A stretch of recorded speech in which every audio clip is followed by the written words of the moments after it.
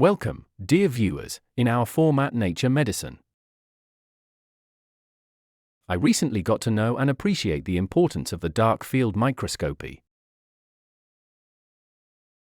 I think it's great that I want to make a show about it today. The chief physicians of the Swiss Mountain Clinic, Petra Wiechel, will also be present. Stay tuned, see you soon. So, dear Petra, welcome. Now I'm curious to talk to you about the dark field microscopy. Can you tell me what you see diagnostically from the dark field microscopy? Yes, but maybe before we go back to that, may I briefly explain how it was created?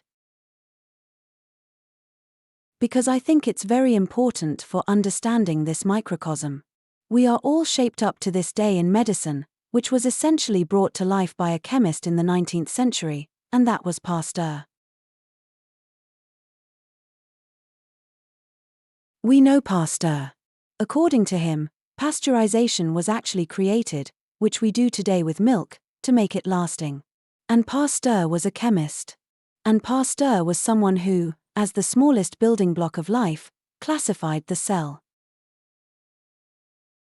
And above all, because the microscope was then slowly brought to life and one could also recognize a life, which was not possible to do with the human eye before, he also observed the bacterial world in the life of humans and was the firm assumption that they are bacteria that actually always maneuver us from the outside into illness.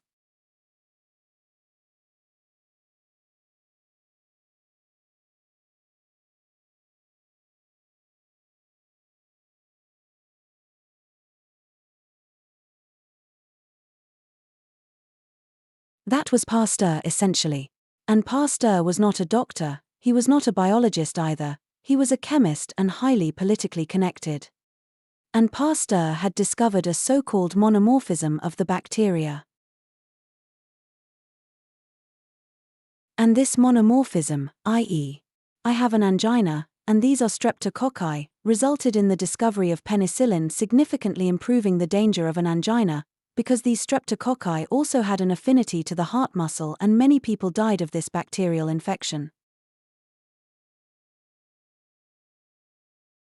And that was a very positive development, to start the attack against the streptococci with an antibiotic and to protect people.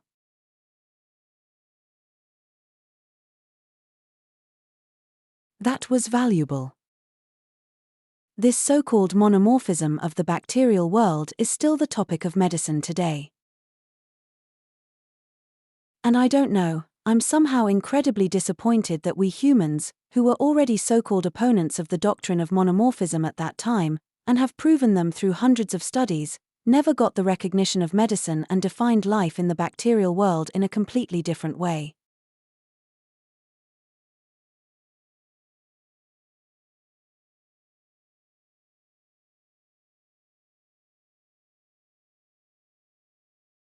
And the first one, who was already an opponent of Pasteur at the time, was Beckham, a Frenchman. He discovered such small germs in the blood. And these little germs in the blood were the origin of life for him, because he found these germs unharmed when people left the earth, when they died.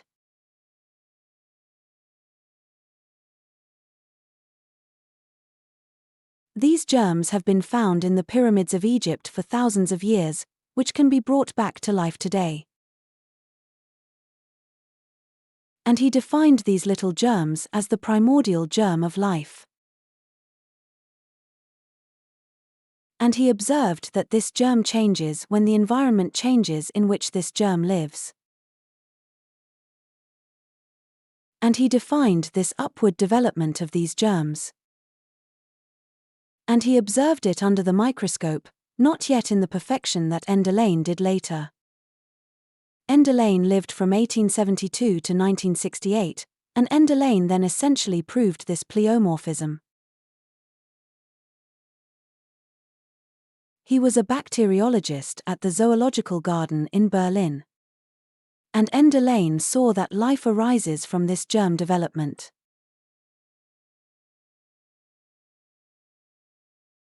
He didn't call it a microzyme afterwards, he called it a protein.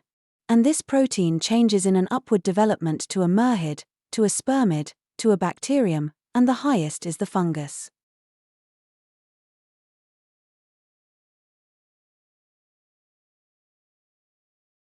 That means, infection is nothing from the outside. And Pasteur said on his deathbed, "I was wrong, it's not the bacterium, it's the environment."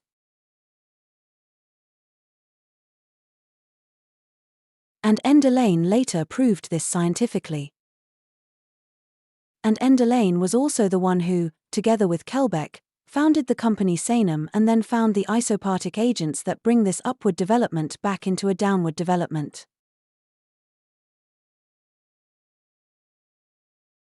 And when I was a doctor in 1991, I came into contact with this therapy and this dark field microscopy in 1993. And it was so difficult for me to understand that it also took a long time for me personally. But when I had understood it, it was over with antibiotics for children.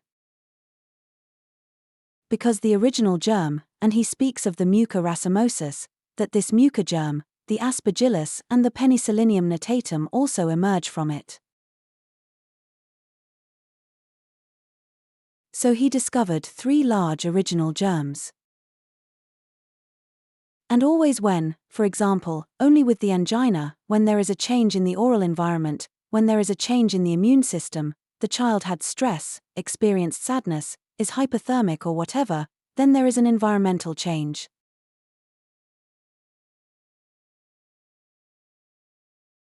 And now these millionfold microorganisms in our mouth, which worry every day that the mucous membrane regenerates, that pathological germs are recognized, that there is always a healthy oral flora and a healthy oral environment, they are now getting a change that they react to.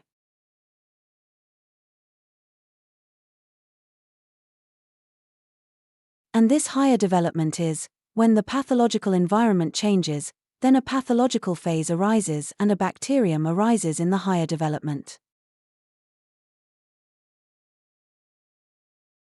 I now call it Staphylococcus or Streptococcus. And this Streptococcus, of course, the body has to deal with somehow. So first it attacks through the inflammation. Then the Streptococcus falls apart, then I have the pus. And in that moment, of course, I also have a swelling and lymph nodes and pain and illness. And penicillin ends that. But when this process begins, when the child gets a fever, when the child already has red tonsils, when the little dots are already on it, I get along wonderfully with Nothercale. Because Nothercale is the Penicillium notatum, that is actually the fungus from which penicillin is produced. And Enderlein says, if you do the environmental correction again, then it goes back again, because you have to normalize the environment again. Now I understand. But this mucor is the Penicillium notatum. And the penicillin notatum is the higher development for all itis diseases. Cystitis, bladder inflammation, bronchitis, lung inflammation or bronchitis, otitis for the middle ear inflammation, tonsillitis for the tonsils, i.e. for all itis diseases. The mucor is the one that always changes and is responsible for a development in the vessel system.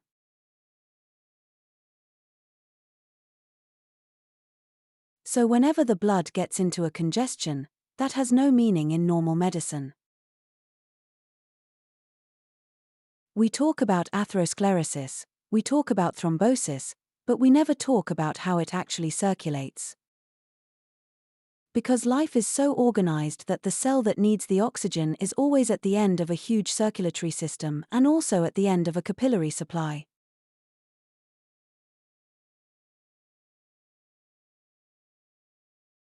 And while the red blood cell, which is the oxygen carrier, can be in a stagnation, it can really be blocked, it can be like rouleau formations, it can be like in a pile, it doesn't matter, it always goes through the big vessels.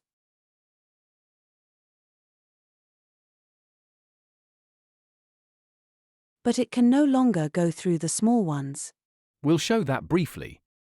This is a beautiful picture, isn't it? This is a beautiful picture because you can see the unburdenedness of the so-called red blood cells, which are also germ carriers. They also have a load on them. But you can only see that afterwards. Here is a very beautiful blood picture. The black is the liquid, the plasma is very unburdened. And the white, you see, there is a white blood cell. And the cell membranes of the red blood cells, and this is crucial, have a 60 to 80 millivolts. That means, for the life that has to reinvent itself every day, it is important that they bring the oxygen where it has to go. And thus the cell membrane activity is of crucial importance. This is the dark field that tells me how good the oxygen supply is. If the oxygen supply is good, even with sufficient supply of nutrients for the cell and oxygen, then the cell is really well served, regardless of whether it is the cell of the heart or the pancreas.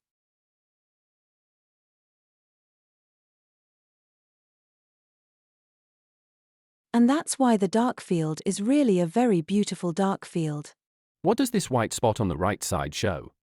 This is a white blood cell because it provides immune defense. And this is one of the most important statements in the dark field. How do the whites work? Because it is not only important to know, I have enough white blood cells for the first defense, but how do they work? Are they active? They phagocytate. It is also called a leukocytic phagocytosis. That means, after eating, of course, they have a lot to do. But they would never be more in the blood than is currently necessary for correction. That means, if I now have an inflammation in the blood, I also see a lot more white blood cells, because the body registers that more defense has to be required here.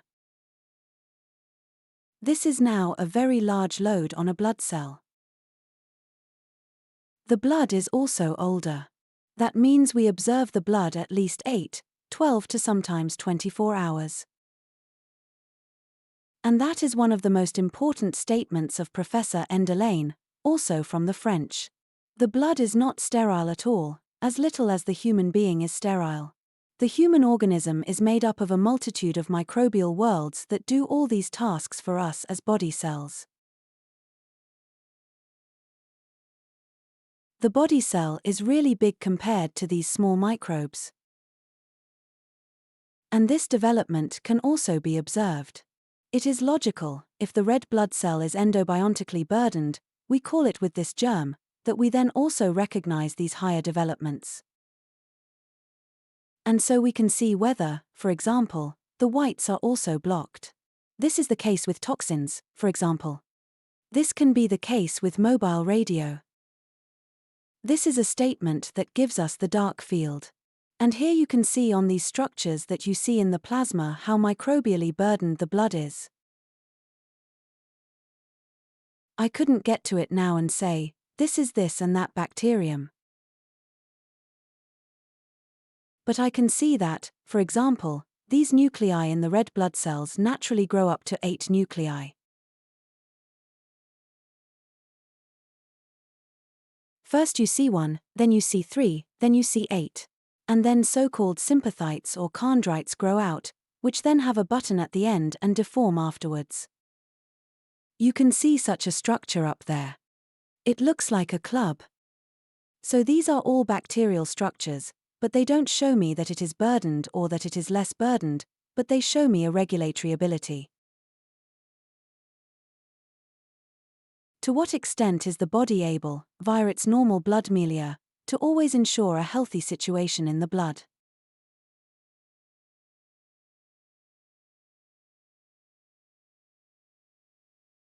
And with that I can recognize activities and also recognize under what chronic permanent stress a blood has to organize itself. Isn't there also a limited oxygen transport here? Well, at the moment I can't do that. So here you can of course see a typical picture of a person who is completely oversaturated with protein, because the proteins go with the erythrocytes into a common, they lose their membrane tension.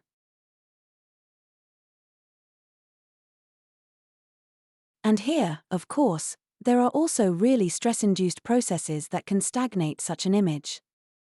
That means, of course, there is a much, much lower oxygen intake here. But does that mean that the body gets less oxygen in the cells? Yes.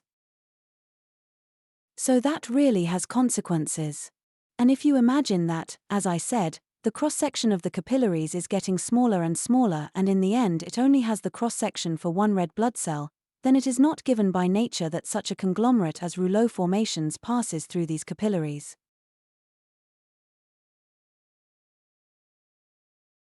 Are these the cold feet and cold hands, for example? For example, these are cold hands, cold feet, also fungal strains on the toes, on the toenails, hair loss. These are all. Can you go back, please? These are all, I would say, congestion problems that naturally cause hypoxia on the cellular level. And of course that also has consequences. I don't know if you can imagine why some people get blood pressure. They get blood pressure on the cellular level and naturally try to pump it in through a pressure. And if you dissolve that, because this is a serious problem in the environment and I observe this blood for hours, and if a malabsorption occurs, for example, we like to take from the ear, but also from the finger, then I can, if I wait too long until the blood itself gets into an oxygen shortage, I can provoke such an image.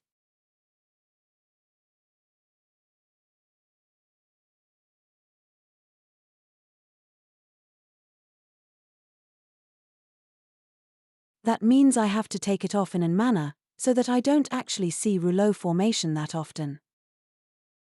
And of course I observe it over time, and then rouleau formation would dissolve very quickly in the beginning.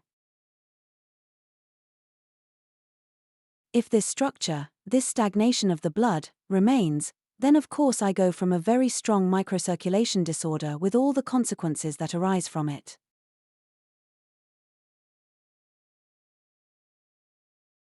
And if you then say, for example, go to sleep one night on a Klein-Scherfield mat, or the oxygen therapies, or the activity, that's incredible, or only dextrorotatory lactic acid, apple cider vinegar, that needs the blood for buffering, the gut has to produce it, the lactic acid bacteria.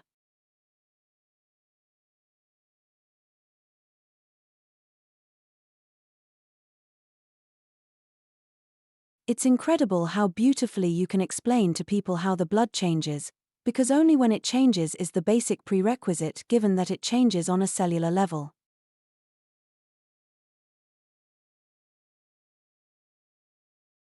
I see. You brought a few more pictures. I don't even know if it's that, but here you can see, for example, that there is also a certain stagnation. Some are already starting to weaken a little bit from the membrane tension. But on the whole, you have to deal with these little drops, and we always take several drops, so that I have a very good overview and don't get caught up in the details, but that I can also see the ability to regulate through 2 or 3 drops.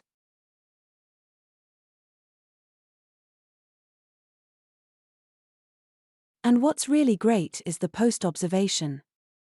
I don't see many processes immediately. I can only discover them after 4, 6, or sometimes 8 hours, and then I sometimes get the patient and say, come here now, when, for example, Staphylococcus, which are really bacterial structures that are tied together like chains, that is sometimes not visible at first glance on the dark field. Or you had this other picture that was stagnant. You could see, maybe we can go back quickly. Yes, no, the other one with the rouleau formations. Oh yes. Like, for example, the plasma back here, the black one, is not black at all, but there are like threads.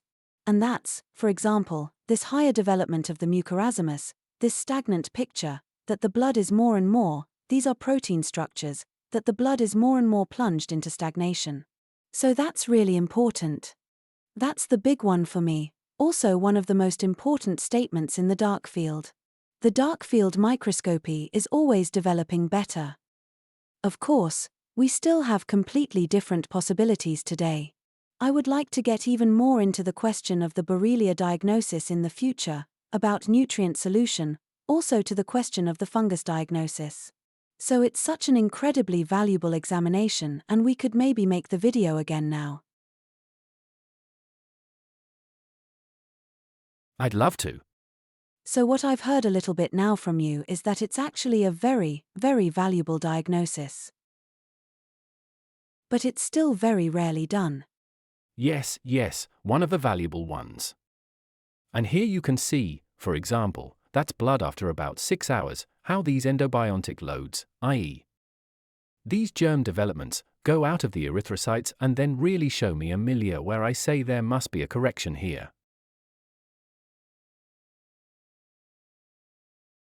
And at the bottom right you can see why the red ones connected like combs. This shows such a weak membrane tension and always gives us indirect indications of a liver burden. So how important it is here to make a milieu correction again, and how important it is to support detoxification organs such as the liver, kidneys, and all those things. Exactly, now back? There was another video somewhere.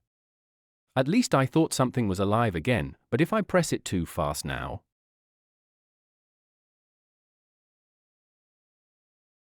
It's not that bad either, but I just want to explain it. Maybe another picture. This is, for example, a white blood cell. The white blood cell now has the task of phagocytosis. It has to recognize the enemy, it has to clear the blood. And these whites naturally have a great self-dynamic. That means now it's moving, now the video is on. And now I can say, the viewer will maybe see how the white blood cells move, and you can really, if you sit in front of it, also observe how it takes the structures from the plasma and phagocytose.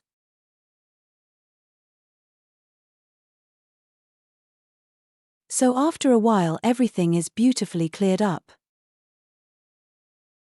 And we then took this blood from about 10 test subjects and found out every time that they were incredibly active in their leukocytes or activity of the white blood cells.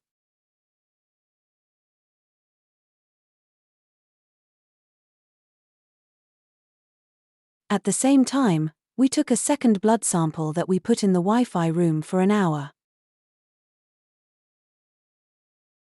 And on the other side, we also put 2 blood samples from the vein, the first one to the side, the second one in the Wi-Fi room, and an hour later we examined this blood in the dark field and sent both to Berlin, to the EMD laboratory. And I took these results for the 5G Congress. And that is, for example, after the radiation. That means the lab made me a statistic that significantly said that all white blood cells have experienced such high oxidative stress that they almost have to stop their function.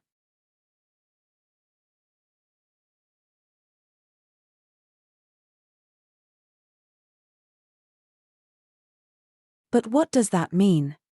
That means that I don't perceive these things in my everyday life, in my feelings, in my perception at all. But if the defense of my immunity is so strongly influenced, then something changes in me tomorrow. That means I can no longer counteract the defense that I need in a process, whether it is on a viral level, on a bacterial level, on a parasitic level.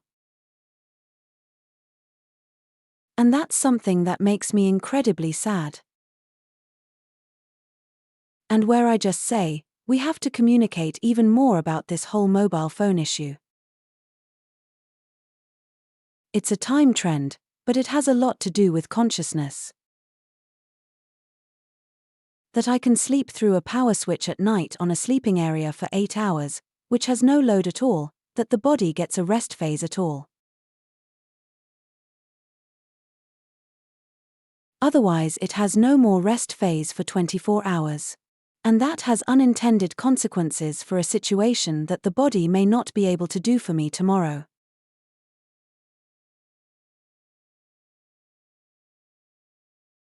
And that's dark field. And dark field means, of course, and now the big name is back, Lane, in the conversation, that I go through so-called isopartic, that's what these remedies are called, into the environmental correction and also into the immune modulation, and can support my body at the deepest point of it, where it regulates life.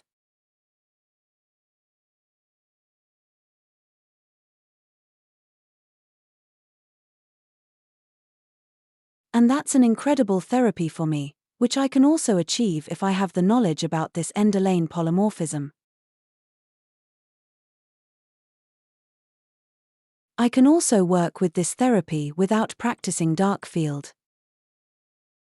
But such a dark field microscope should be on every desk of a doctor. Or at least, which is wonderful, that many health practitioners also accept this method. And of course, in the knowledge of it, they do a lot of correction at least, which on the other hand, of course, also through the really school medical.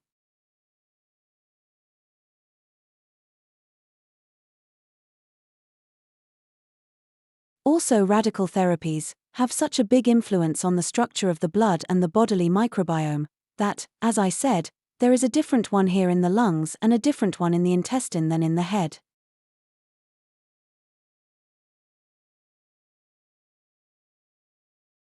And we talked about, for example, Bacillus subtilis in a program. It's an intestinal germ, and this intestinal germ was discovered by Ehrenberger, I think, in 1800, I wrote it down, in 55, or even in 35. And this germ has been on the back of NASA for 6 years later and then came back to life. So it's so persistent.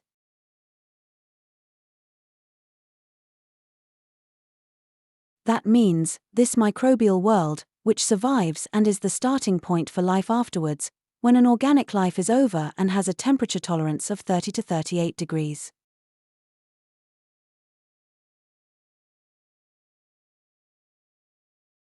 But what is incredibly crucial is that it produces over 70 different enzymes.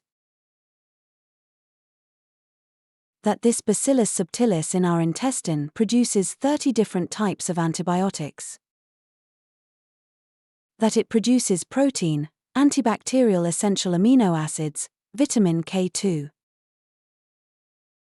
And that it produces so many nitrogen-containing substances, micro and macro elements, which of course regulate the immunity, the defense, the resistance, the enzyme activity, the normalization of digestion, this bloated belly that people often have, if you only want to regulate the digestion, which control the amino acids and vitamin balance.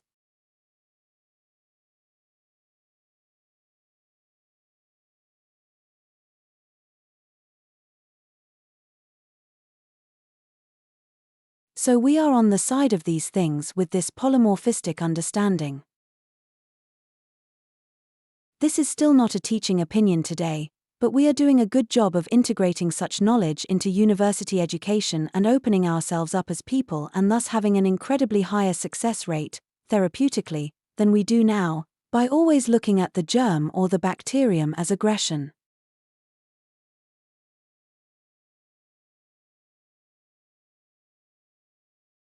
It's a lot of arrogance. A huge amount of arrogance, and only in the love and peace I think it's important that we not only understand life from the perspective of the body, but slowly I'm getting used to understanding life from the microorganism.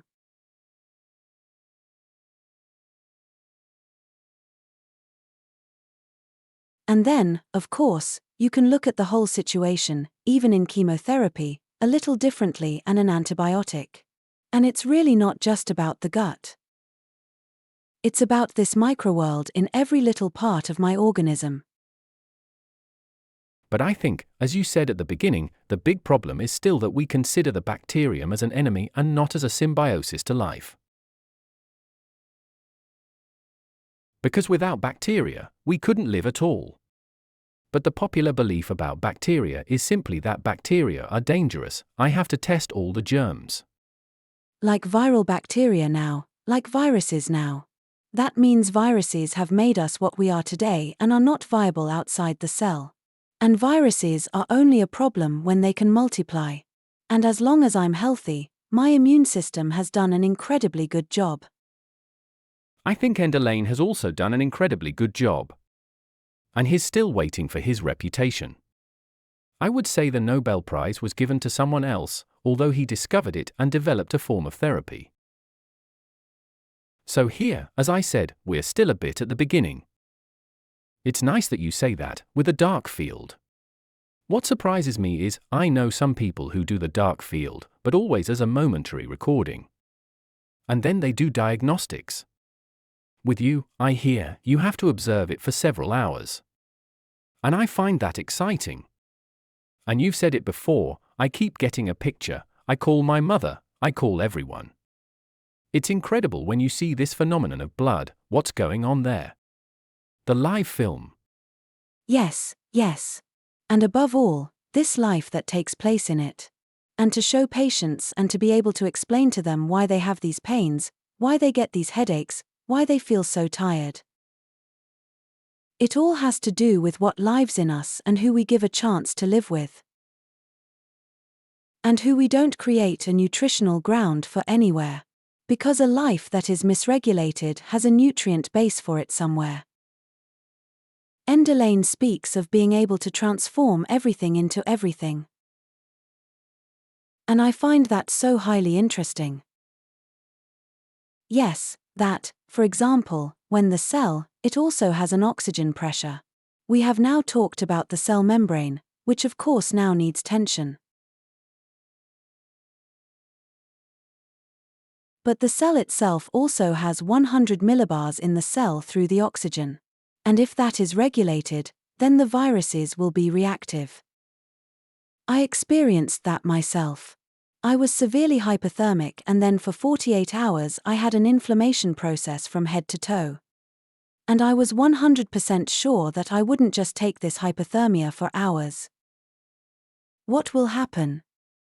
I could set the clock, 48 hours, and the inflammation process had begun. But it makes sense. How is a body supposed to compensate for that? It has now had to allow something that creates the unbearable weight somewhere. And am I strong enough to catch the process symptom-free now? And I had the feeling, I can't do that.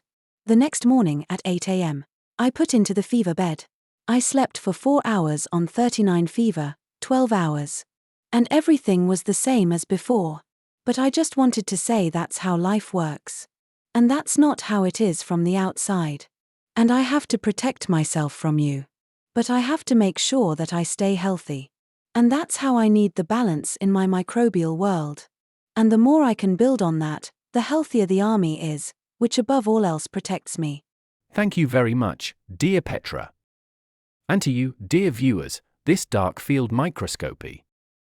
You see it today in a completely different point of view.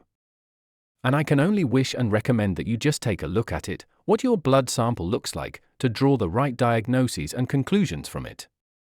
I wish your therapist and doctor that he can do that. And yes, that's it for today. All the best, see you next time and good luck.